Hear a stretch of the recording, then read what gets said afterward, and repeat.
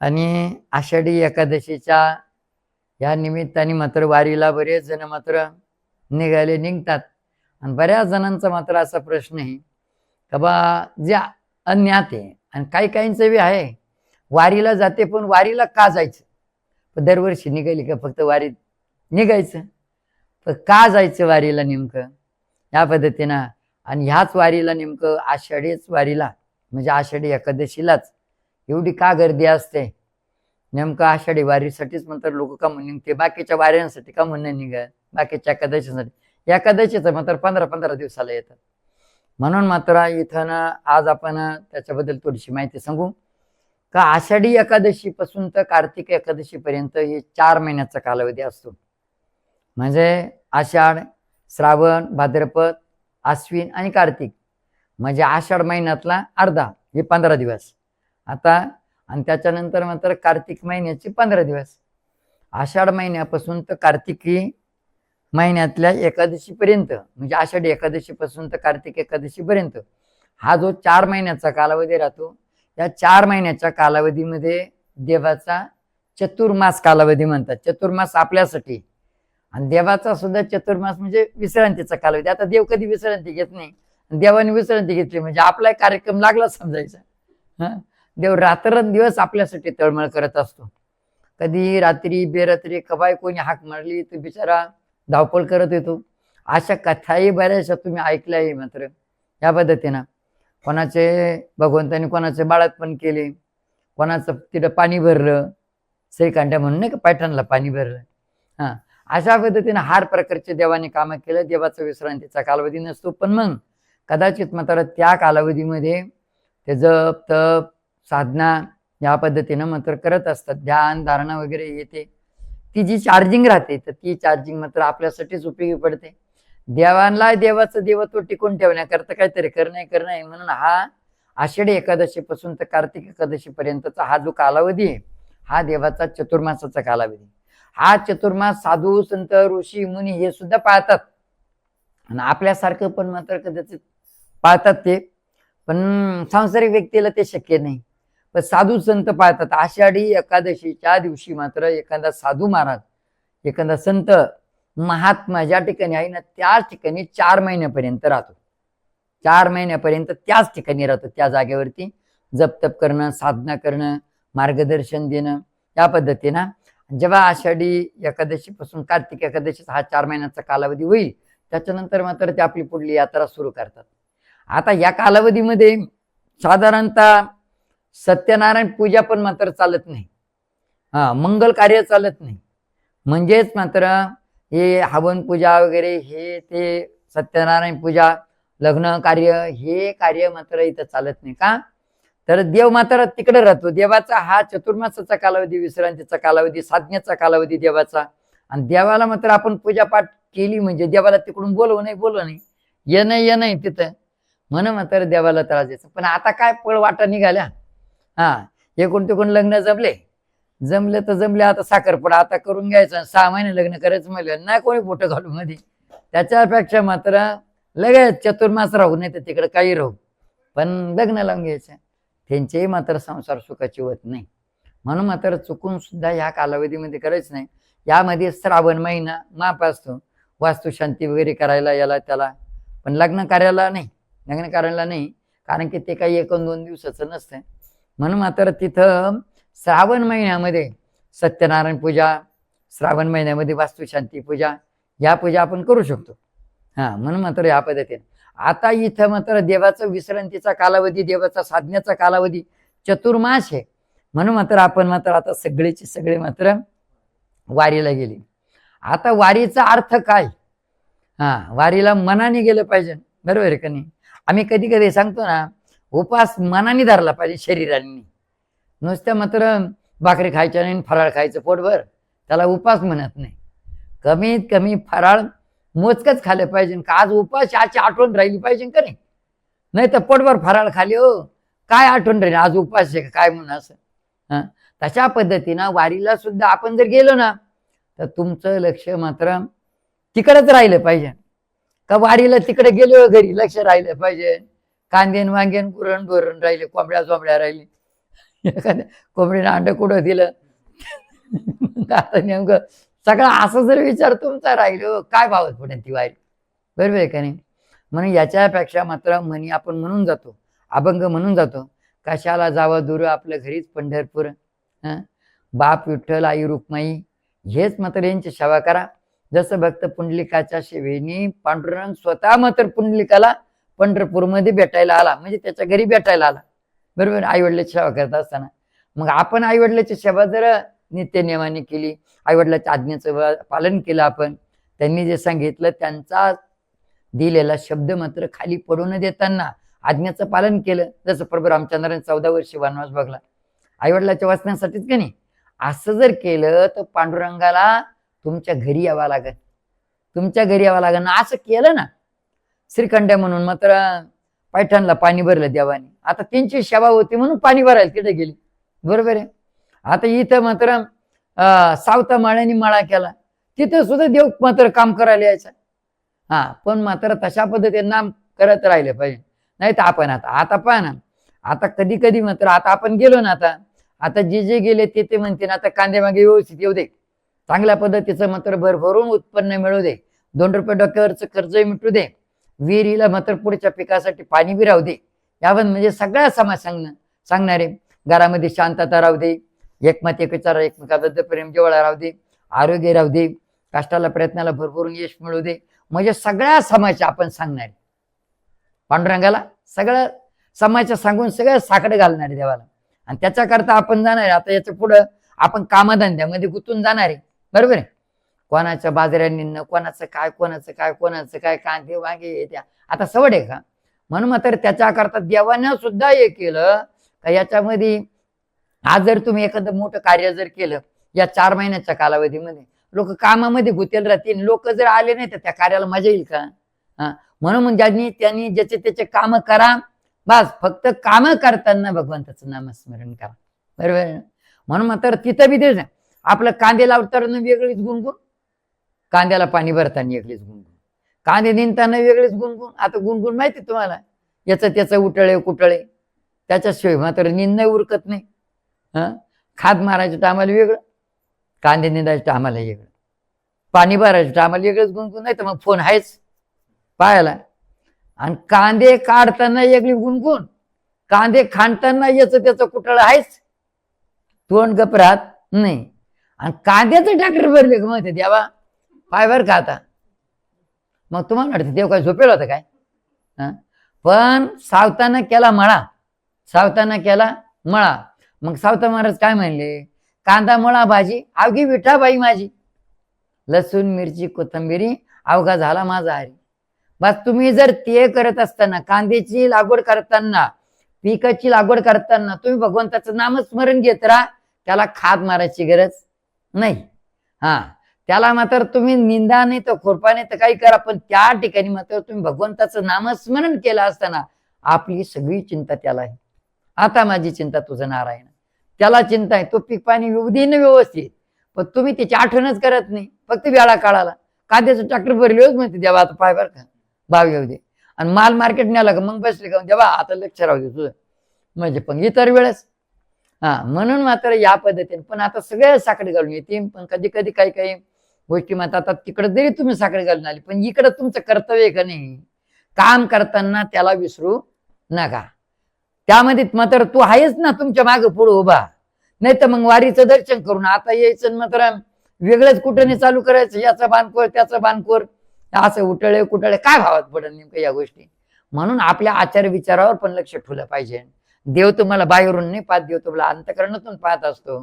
तुमचं अंतकरण किती स्वच्छ आहे हे पाहतो, बाहेरून स्वच्छता नाही पाहत. किती मोठा घंटेळा तो नाही पाहत, किती मोठा माळा आहे गाड्यामध्ये ते नाही पाहत देव. अंतकरण कोणाचं किती स्वच्छ आहे ते पाहतो. आतापर्यंत बऱ्याचशा कथा ऐकल्या का नाही, महाराज लोकांनी कुठं कधी जे महाराज झाले, संत एकनाथ महाराज असेल, तुकाराम महाराज असेल, ज्ञानेश्वर माऊली असेल, सावता महाराज असेल, गोरोबा काका असेल, आता हे जे संत होऊन गेले तर हे संतांच्या अंगात कपडे कसे होते पाहिले तुम्ही. पागोटे कसे होते कपडे, कधी दात घासत होते आपल्यासारखे 2 तास, हे 2 तास दात घासताना व्हिडिओ पाहिले असेल तुम्ही, 2 तास दात घासताना ते कधी दात घासत होते का पाहिले का. ते मात्र आजचा जो युग आहे ना, फक्त मात्र आंघोळ करून आणि मग देवाच्या समोर बसा, मग देवाचं नाव घ्या. आंघोळ करून देवाच्या समोर बसून मग देवाचं नाव घ्या आणि इतर वेळेस उठळे कुठळे करा. पण हे जे महाराज, हे जे संत होऊन गेले, यांच्या माग पुढं मात्र देव उभे होते. यांचे काम देव करत होता. का म्हणून करत होता? हे काय ना, म्हणजे श्वासाला सुद्धा देवाला विसरत नव्हते. काय? चालताना, उठताना, बसताना, खाताना, पिताना, झोपताना, काढताना आणि भांडताना सुद्धा देवाचं नाव घेत होते. जसं आईसारखं नातं मात्र त्यांनी टिकून ठेवलं होतं देवाबरोबर. बरोबर आहे ना? आई कवा उठू द्या, म्हणजे बाळ कवाय उठू द्या, आई कोणत्याही वेळेला बाळ रडायला लागलं तेव्हा मात्र मांडीवर घेते आणि पाजते बाळाला. असं म्हणत नाही आता बाळ रडलं तर रडू द्या, मी डोकं माता करते, माझंच गण पावडर करते आणि मग मात्र बाळा पाहिजे असं म्हणते कधी आई? कवा बी उठल आणि कवा पाहिजे. म्हणून मात्र तिथं देवासारखं, म्हणजे माय लेकरासारखं नातं या संतांनी टिकून ठेवलं. असं नातं आपल्या बरोबर असलं पाहिजे देवाचं आपलं नातं, तर तुमचं पीक पाणी व्यवस्थित येईल, तुमच्या कष्टाला प्रयत्नाला भरभरून यश येईल, तुमच्या घरात मात्र शांतता राहील, तुम्हाला आरोग्य राहील. देवाला सांगायची सुद्धा गरज नाही. तुम्ही फक्त बाहेरून मात्र देवाला दाखवले हो. आणि जर समजा आचार शुद्ध नसले तुमचे, किती बी मात्र जर समजा देवाच्या समोर डोकं आपटलं तर काय फायदा नाही सांगा. आजकाल मात्र तो युग आहे तशाच पद्धतीनं, म्हणजे काय सगळे लहान्यापासून तर मोठ्यापर्यंत अहंकारावरती जीवन जगते. अहंकारावरती जीवन जगते की नाही? कोणाला कपड्याचा अहंकार आहे, कोणाला ज्ञानाचा अहंकार आहे, बरोबर आहे, आणि कोणाला सत्तेचा अहंकार आहे, कोणाला संपत्तीचा अहंकार आहे, कोणाचा गळा लय सुरेख आहे त्याला त्याचा अहंकार आहे, कोणाला वाद्य चांगलं वाजवते तर त्याचा अहंकार आहे, कोणाला पेटी वाजवते ते त्याचा अहंकार आहे. सगळे अहंकारावरती जीवन जगते ना. पण इथं काय म्हणले? भक्ती प्रेमाविने ज्ञान नको देवा. भक्ती प्रेमाविने ज्ञान, हे सगळं तुच्छ आहे ना, शून्य आहे ना. तुमच्यामध्ये जर भक्ती नसेल, भक्तीमधील प्रेम नसेल, तर त्या ज्ञानाला काय अर्थ आहे? काय अर्थ आहे त्याला? नुसतं म्हणायचं नाही ना. तुम्ही फक्त या गोष्टीचं पालन करा. फक्त अंतःकरणातून शुद्ध राहा, अहंकाराला बाजूला सारा, आणि तिथं फक्त भक्ती आणि प्रेम या दोन्ही गोष्टी ठेवा. देव तुमच्याकडे पाणी भरायला येईल. देव तुमच्याकडे पाणी भरायला येईल. म्हणून अशा पद्धतीनं आपण ही जी वारी करतो, तर ह्या वारीमध्ये परमेश्वराला आता मात्र सांगून येणार आहे. पण आपलं कर्तव्य मात्र का इथून पुढे 4 महिन्याच्या कालावधीत आपणही मात्र जे सांगून आलो तर 4 महिन्याच्या कालावधीत शेतीचे काम, व्यवसायाचे काम, का कुठलेही काम करत असताना, कार्य करत असताना तुझा विसर पडू देऊ नको.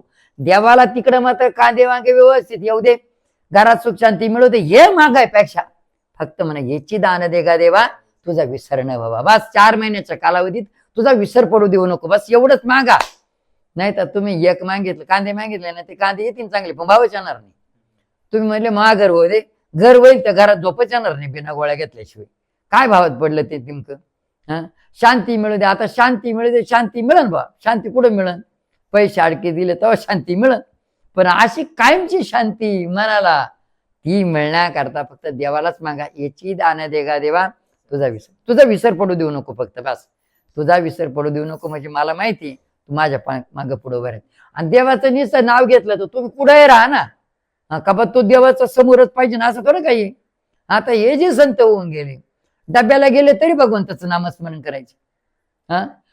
चालताना, बोलताना, उठताना, बसताना, खाताना, पिताना देवाचं नामस्मरण करायचे. का ते काय आशे होते का नेमकं बा फक्त आंघोळ करूनच बसा म्हणून? असं आहे. माय लेकराच्या नात्याप्रमाणे टिकून ठेवलं त्यांनी. आणि आपण मात्र इतर वेळेस उतळे कुटळे करतो. याचा बाणखोर त्याचा बाणखोर हे सगळं करतो. फक्त आंघोळ करून पूजाला बसतो आणि तेवढ्या पुरतं तेवढं काय पूजाला मन लागत. फोन वाजवतो खरखर, तिकडं पा कोण आलं, इकडं पा, तिकडं कुत्रं बुकलं, कोण आलं पा, ती मांजर आली शिरा, कुत्रा आला हाडा. म्हणजे अशा पद्धतीनं काय असं कुठं पूजा होते का? असं का देव भेटेल तुम्हाला?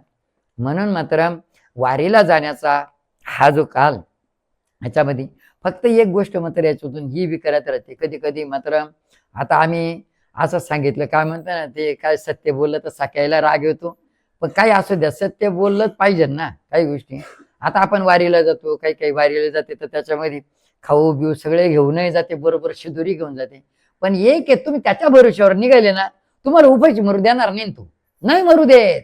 अहो चहा नाही चालत ना तुम्हाला, दूध घ्या ना, अशा सुद्धा सेवा करणारे काही काही. तड्डी वाजती, गोदाड्याने गोदाड्या घ्या, गादी घ्या, रूम, म्हणजे इतकी सेवा करते लोक. थंड पाण्यानं आंघोळ करू, गरम पाणी घ्या, लोक एवढी सेवा. पण आपणच मंत्र करायचा, हे शरीर नाशवान आहे, हे नाश पावणारे, त्याच्यासाठी चाललो ना, थोडा त्रास सहन करा म्हणजे आपल्या जोडीत काहीतरी पडत. नाही तर म्हातारा इथून म्हातारा निघायचं, सेवा करत करत करत करत करत तिथपर्यंत जायचं. प्रत्येक जण म्हणतो, देवा मी जे तुला गरम पाणी दिलं ना आंघोळीला, फक्त माझी एवढी हाक ऐक का माझ्या मुलाचं लग्न जमू दे, माझी एवढी हाक ऐक. मी एखाद्या वारकऱ्याची सेवा केली, त्यांना चहा नाही चालत, मग दूध आणून दिलं, इकडून तिकडून दूध आणून दिलं, तो फक्त विनंती करतो, देवा मी जी सेवा करतो ना, फक्त याच्यात ना माझं उत्पन्न भरभरून येऊ दे. बस अशा बद्दल म्हणजे सगळे समाजाचं गठोडं बांधून तिकडे जाते. आता देवाने यांचे गठोडं पावा, त्यांचं पावा, कोणाचं बरोबर आहे. प्रत्येक जण सेवा करतो ना, त्याच्या पाठीमागं काहीतरी अपेक्षा तिचवेली असते, अपेक्षा असते. म्हणून मात्र वारीमध्ये जाणाऱ्यांना म्हणून अनुभव येत नाही, म्हणून अनुभव येत नाही. आपण जैशी स्थिती आहे तैशा परी राहे, कौतुक तुपाय संचिताचे. जसं आहे ना तसं चालायचं, बस त्याच्यावर भरोसा ठेवायचा. काय कोणाचं गरम पाणी घ्यायचं नाही, कोणाची गादी नको, पलंग नको, उशी नको, पंखा नको, आणि कोणाचं दूधही नको. जसं आहे ना तसं घ्यायचं. आणि देवाला फक्त आपण मात्र देवाला सांग, देवा फक्त बस ही सेवा मात्र अशा पद्धतीने. काय गार पाणी घ्यायचं, आपल्या आंघोळ वगैरे, थोडाफार त्रास होईल पण शरीर नाशवान आहे. पण तुम्ही मात्र ती वारी केल्याचं फळ तुम्हाला निश्चित मिळणार. पण तुम्ही लोकांकडून जर सेवा करून घेत राहिले, काय भावात पडेल ती वारी सांगा.